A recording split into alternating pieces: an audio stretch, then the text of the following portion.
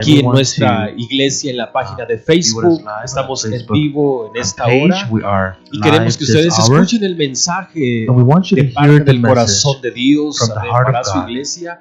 Y quiero empezar con una oración y quiero que ustedes en sus hogares nos acompañen en esta oración. Padre, te damos gracias en esta hora, Jesús. Gracias, Dios mío, porque nos has permitido, Dios, llegar aquí, Dios. Dios mío, pedimos por esta palabra, Dios, que se va a impartir por parte de nuestro pastor, Dios mío. Que tú, Dios mío, llegues a los corazones, Dios, y traigas la paz necesaria para cada uno, Dios, de nuestros corazones. Te pedimos de tu unción, de tu gracia sobre nuestras vidas, Dios, que nos ayudes, Dios mío, en el nombre de Jesús. Te damos gracias. Dios le bendiga a todos los que nos están acompañando en esta hora. Bendiciones.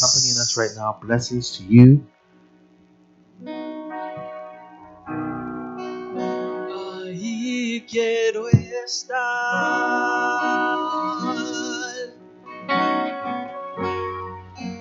Ahí quiero estar.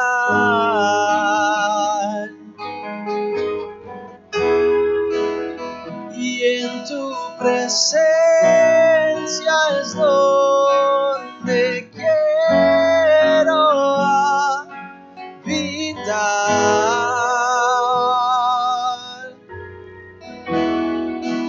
Ahí quiero estar.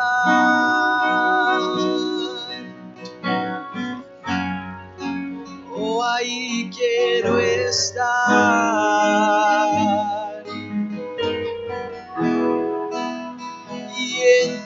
Presencia es donde quiero habitar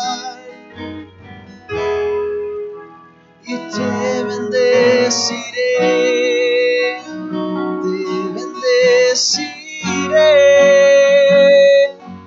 por siempre, por siempre.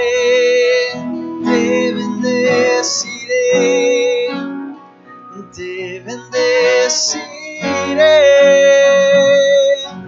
por siempre, por siempre. I will bless the Lord, I will bless the Lord at all times, at all times.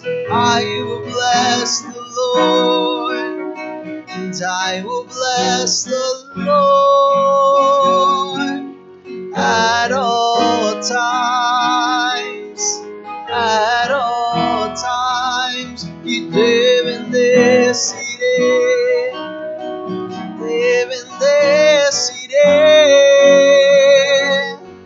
por siempre, por siempre. Te bendeciré por siempre, por siempre. Mi corazón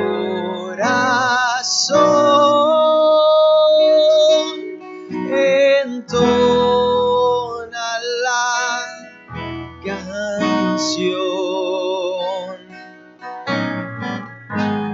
Cuán grande es Él, cuán grande es Él. Y mi corazón entona la canción. Y cuán grande es Él, y cuán grande es Él. Then sings my soul, my Savior God, to Thee. And how great Thou art, and how great Thou art. Then sings my soul, my Savior God, to Thee. And how great Thou art, and how great Thou art. Mi corazón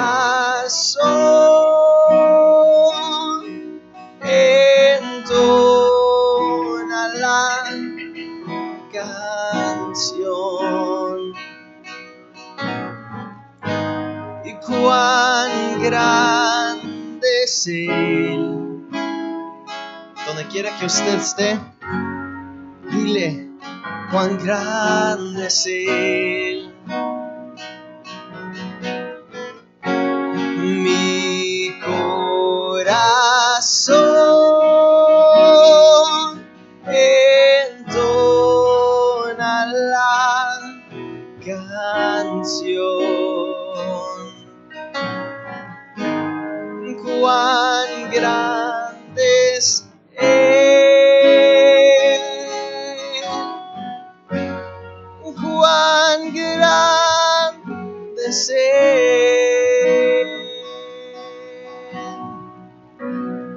cuán grande es Él, cuán grande es Él. Tell him how great Thou art, and how great Thou art.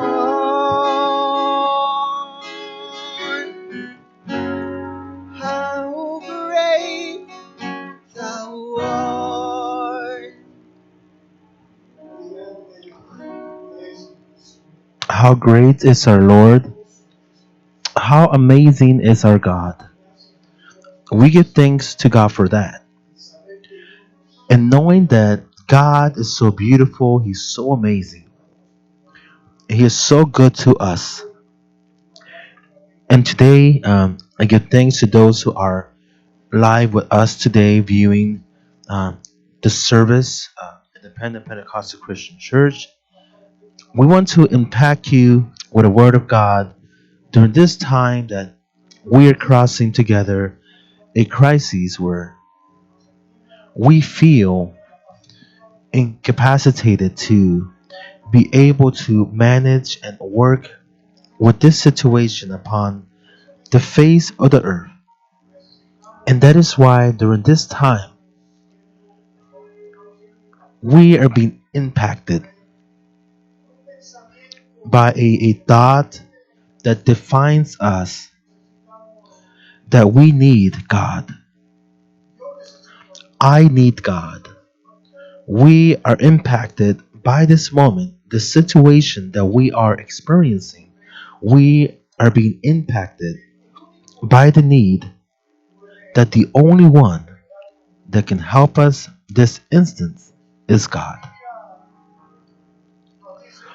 The Bible tells us in Psalms 30, verse 5, in the name of the Father, the Son, and the Holy Spirit, because a moment will be His wrath, but His favor will endure all your life. Weeping may stay for the night, but rejoicing comes in the morning. And I want to repeat the word of God, this Bible verse, which is so interesting, that calls us to an exhortation and rest for our life. For His anger lasts only a moment, but His favor lasts a lifetime. Weeping may stay for the night, but rejoicing comes in the morning. And the question that we can ask ourselves this moment is, God has a goal with, adversity? Is God working in the midst of this crisis and giving us a message during this moment?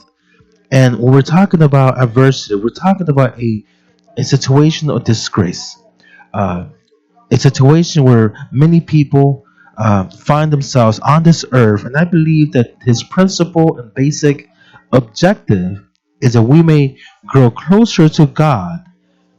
And let me tell you something, that God does not glorify himself he does not is gladdened by the pain or the sadness that we go through. Through all of this, he wants to teach us about his love and his faithfulness. And the Bible tells us in Lamentations chapter 3 verse 22, new are every morning, which means that the mercy of God and his help, his special help in any moment will come to your life. And in any moment soon you will see God's hand operating in your life. And God will help us clear up the day and the morning. The crying is presented as invited. However, I need to let you know about the loving favor of God that is with us for all our lives. And God does not substitute sadness with joy. However, what he does is that he transforms sadness into joy. And I want to repeat this to you again. God does not substitute sadness with joy, but he transforms sadness into joy. And while, adversity suddenly comes to a vulnerable life, what it does is it augments or increases, and we may be asking ourselves this morning, why is it that God has allowed for us to confront such a difficult situation in our lives? I want you to listen clearly this morning. The pain, deception, and all these trials are the tools that the Lord uses for us to get closer to him. When we discover our personal needs are from a Savior. And Job, in situation, he expressed some words.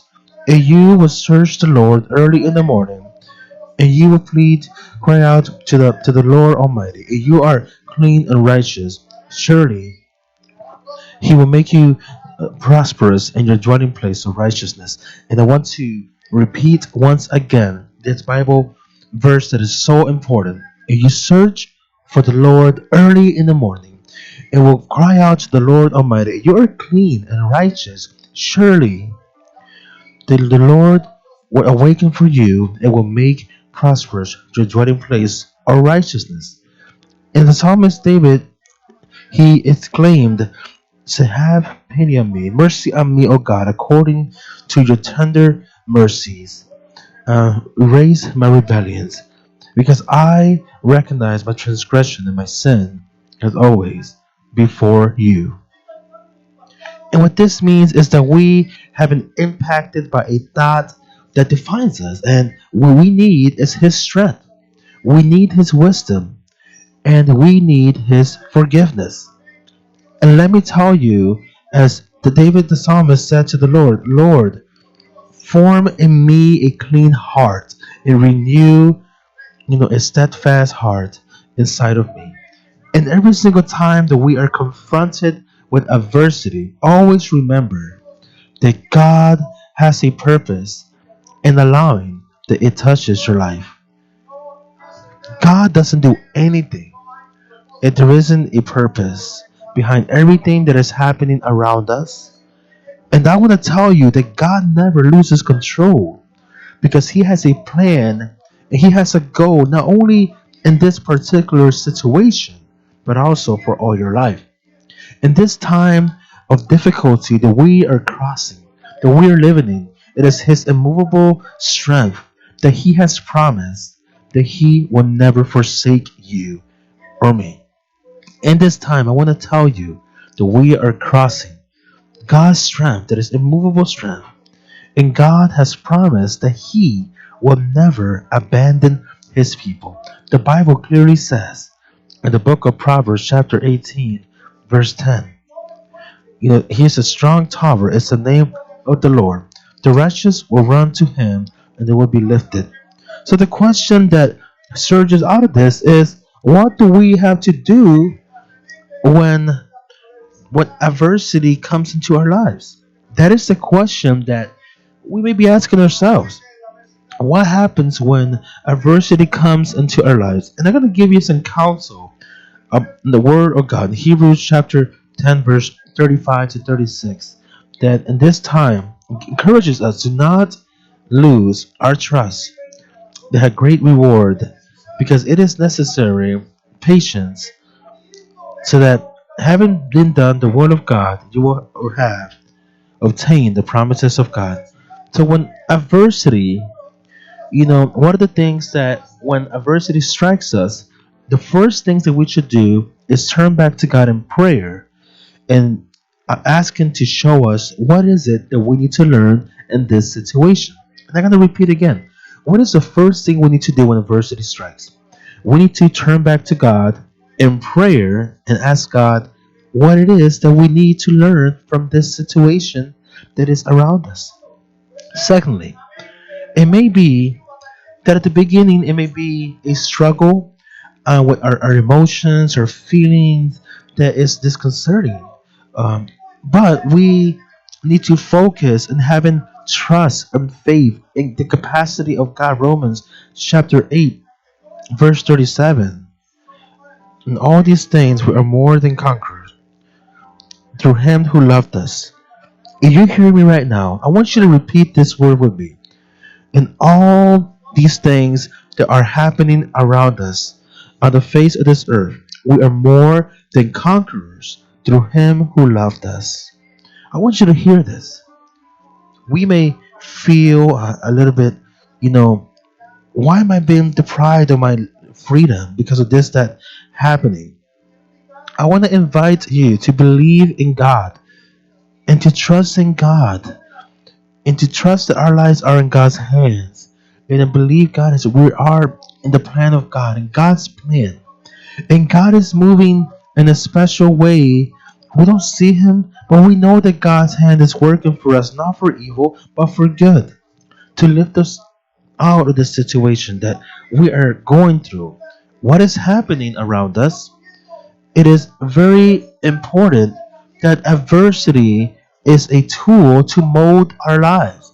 What is happening is that God is working with our lives during this moment. It is a calling for us to grow closer to God and to depart from those ways in our lives that we had taken erroneously. And God wants us to turn back to His way.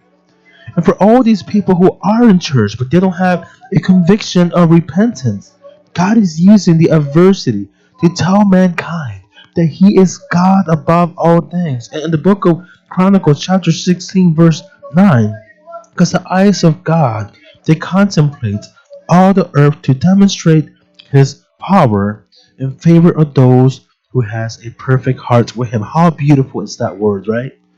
I want you to hear this. There is a question that I want that people will ask themselves. What is the quickest route when I need to go through this season of adversity? What is the easiest route that I can cross? Well, I want to tell you something. There's not a quick solution. There's not a quick fix for the trials of lives, and we want to get out of this situation quickly. However, if you go through the difficulties of life, it is through obedience. I want you to hear this. Through obedience and us rendering our feelings, our emotions. I want to say this again. The way out of this situation that we're going through, this moment of adversity, is obedience. And us giving in to God our selfish thoughts and our emotions to God. In Psalms, he asks the Lord God, against you only have I sinned. I have done what is evil before your eyes. In Luke chapter 15:21 speaks to us about the prodigal son. He said, Father, I have sinned against heaven and against you, and I am not worthy of being called your son. This is the purpose of adversity, to push us more from where we find ourselves in, to push us more further, so that we can find God and have an encounter with God, to push us more, for us to have a consciousness in our lives, and to say that we have departed from God, that yes, we had turned our backs on God, and God is waiting for us with open arms. When we make a decision and we repent, that we will come back home, God is waiting for us with the love that He's always demonstrated to our lives. And adversity motivates us to pray, and in that prayer, we find refuge in the storms of life. When we are a refuge in the shelter of God, we find that security, we find that hope that we have lost. People, beloved people of God who is hearing me this moment, I want to tell you these words through this situation that we are experiencing in our lives. The Bible says in John chapter 3 verse 17, because God did not send His Son to the world to condemn the world, but that the world is saved by Him. And I want to say this again so that you may understand that what we are going through this moment, it's not that God is condemning the world, but it is that God is causing us to reflect in our lives, that we can have consciousness. What is the purpose in this moment that we are going through this adverse situation? God did not send His Son to the world to condemn the world, but to save the world through Him. But if we go down to verse 19, the Word of God tells us this is the verdict, that the light has come into the world, but people love darkness instead of light because their deeds were evil. We need with urgency, with a crying out of desperation. We are being impacted by the situation. I need God. You who are hearing me right now, you need God. You friend who is hearing me, you need God. We need to turn back to God's house. And we're seeing the situation. Look at the desperation that we are seeing over the earth by this which we are seeing. What will happen in the future? When the people see the disaster, the wrath, the judgments of God falling upon the face of the earth, what's going to happen to the people? Now there is an opportunity to come to the feet of Christ. Now there is an opportunity for you to recognize that you have departed from God.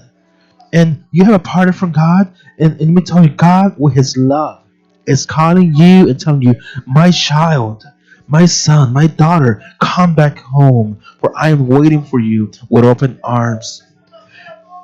And that is the purpose of God, to embrace all the peoples.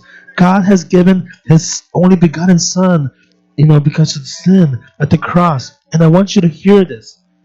It wasn't something that was an obligation. It was voluntary. He did it because of love. Look at the love of God, how it is shown to us. For God so loved the world that He has given His only begotten Son, for all those who believe in Him will not perish, but have eternal life. And this is the message that God is bringing to the situation that we are experiencing.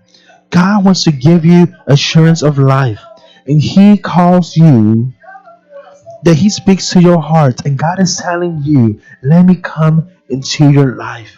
God is knocking at the door of your heart, and God wants to hug you. God wants to embrace you. Perhaps you feel, inconsolable. You have lost your job, or your family members you have lost to this. Let me tell you something. The solution is close to you, and that is God. Jesus Christ is the only one that can free you. Jesus Christ is the only one that can bring comfort and peace to your heart. Give your life to God, to the Lord. Hurry. Wherever you are, get on the ground, get on your knees and tell the Lord, I have sinned against you. I have sinned against heaven. Give God an opportunity. God knows what He was doing. God is not condemning you. This is the disobedience of man that has caused these things on the face of the earth. But God is intervening in your life. God is intervening in the life of your family. It may be that you may be a Christian brother or sister that had gone astray. or you have visited a church, or you may not have come to church. Whatever may be your situation, it doesn't matter how you find yourself this moment. God is telling you, come to me, you who are weary and overworked, and I will give you rest. It doesn't matter what is going on in your life.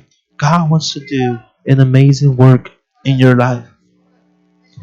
And you seem to be surprised or astounded, emotionally speaking or spiritually speaking. Let me tell you something, that God will be the light to your life. It may be that you seem to be in an uncontrollable state emotionally. You don't know what to do. Let me tell you, Christ is the light for your life. And you can be certain that God is working in your life through what is going around, what's going on in your life. And God wants to shape your life. He wants to mold your life so that you can be a reflection for other people.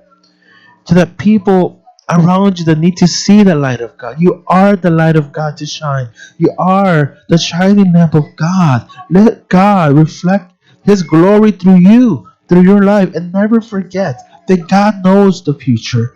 God knows what He was doing. Do not lose the experience that what it is to walk with God and have God close by you through the valleys of life that you go through. Do not lose that experience. Walk with God this moment. Walk with God with that valley of tears, with that lagoon of life that you find yourself in. Give God the opportunity to walk with Him. Let God come into your heart. I invite you today for you to focus your heart to Jesus. Do not let the negative words of other people to cause you to deviate from the correct path in searching for God. Do not hear the negative voices around you. Only have an ear for the Lord this morning. He wants to guide you through the difficulty to live on the white path filled with blessing, and you feel that you are abandoned. Let me tell you something. God is there. The Bible says that the Lord is a shelter. He was a sudden help in the midst of the adverse situation. And I invite you for you to pray this prayer. I invite you this morning, and you have heard in these short words that I have told you, where adversity, God is using it perhaps in your life to mold and shape your life. Where God is calling you directly. Where God is telling you to repent, where God is telling you, and He's calling you directly for your benefit or your family and yourself. Run, hurry, wherever you are. Close your eyes right now and tell the Lord this morning, I recognize that I have sinned this morning. I recognize that I am a sinner. I ask you to forgive me. And through the blood of Jesus Christ, that you may cleanse me of all sin. God is going to do it. Tell the Lord, write my name in the book of life, and tell the Lord, Jesus Christ, I accept you today as my Savior. Amen.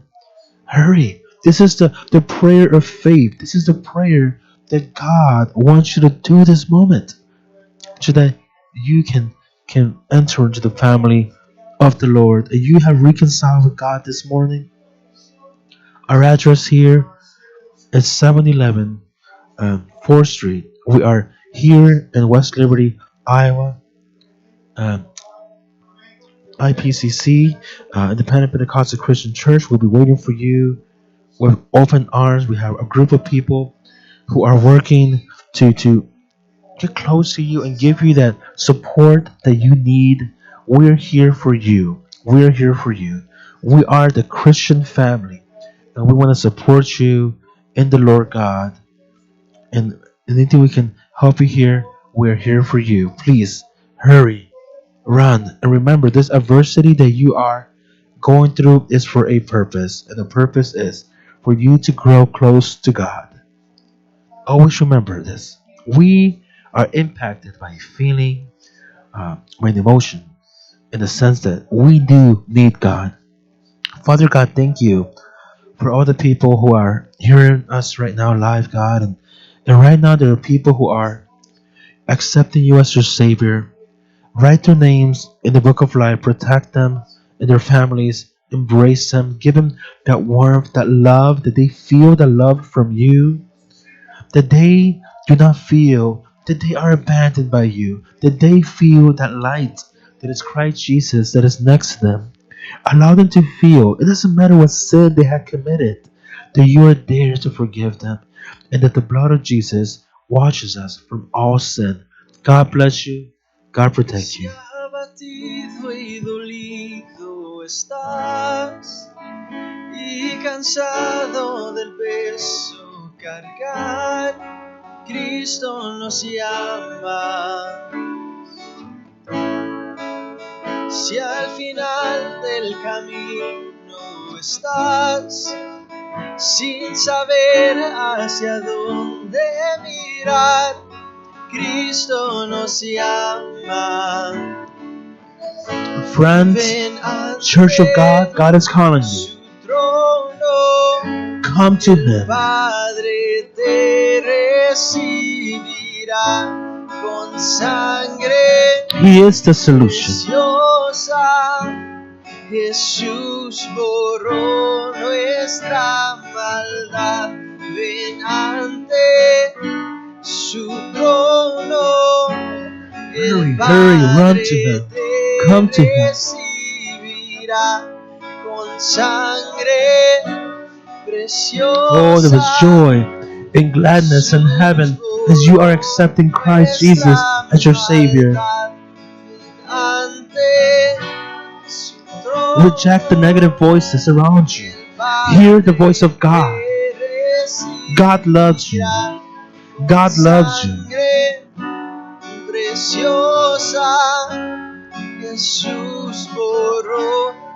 We want to share with you the blessings of God. Yes, Lord God. El Padre te recibirá con sangre preciosa. Jesús borró nuestra maldad.